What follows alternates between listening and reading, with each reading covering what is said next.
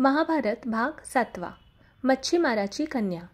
राजा शंतनू अनेक वर्षे आनंदाने राज्य करीत होता. एके दिवशी तो यमुनेच्या तीरावर फिरत असताना त्याला एका मधुर सुगंधाने आकर्षित केले. तो सुगंध सत्यवतीचा होता, जी मुखिया मच्छीमाराची अप्रतिम सुंदर कन्या होती. तिला पाहताच शांतनू तिच्या प्रेमात पडला आणि त्याने तिच्याशी विवाह करण्याची इच्छा व्यक्त केली. परंतु तिच्या पित्याने एक अट घातली.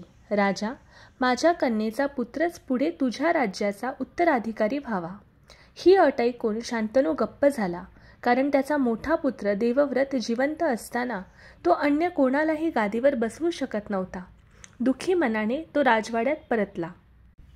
देवव्रताने पित्याच्या चेहऱ्यावरची उदासी पाहिली आणि त्याला कारण विचारले, पण राजा काही बोलला नाही. मग देवव्रताने शोध घेतला आणि मच्छीमार मुखियाकडून संपूर्ण गोष्ट समजून घेतली.